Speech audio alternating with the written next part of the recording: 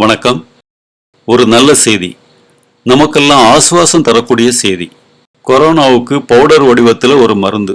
அந்த மருந்தோட பேரு 2DG, அதாவது 2 deoxy glucose.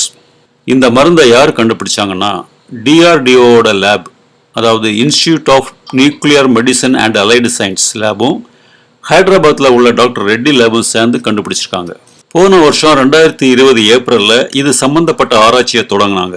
Drugs controller general of India மே மாதம் 2ஆம் கட்ட பரிசோதனைக்கு பர்மிஷன் கொடுத்தாங்க.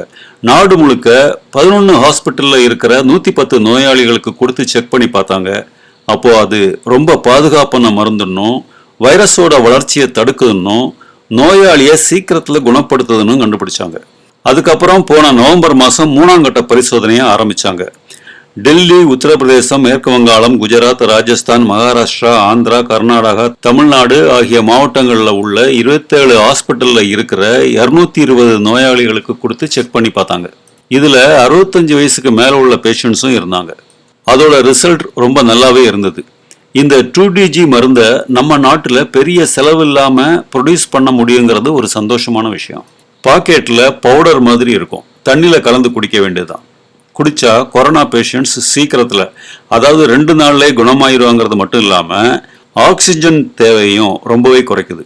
அதுதான் இதில் உள்ள பெரிய ஹைலைட். மே 1ஆம் தேதி அனுமதி கொடுத்துட்டாங்க. கூடிய சீக்கிரத்தில் நம்ம கைக்கு கிடைக்கும் அப்படிங்கிற நம்பிக்கையுடன். உங்க கருத்துக்களை கமெண்ட்ஸ்ல சொல்லுங்க. வீடியோ பிடிச்சிருந்தா அந்த சேனலுக்கு சப்ஸ்கிரைப் பண்ணுங்க. பக்கத்தில் இருக்க பெல் பட்டனையும் பிரஸ் பண்ணுங்க. உங்க ஃப்ரெண்ட்ஸுங்களுக்கு ஷேர் பண்ணுங்க.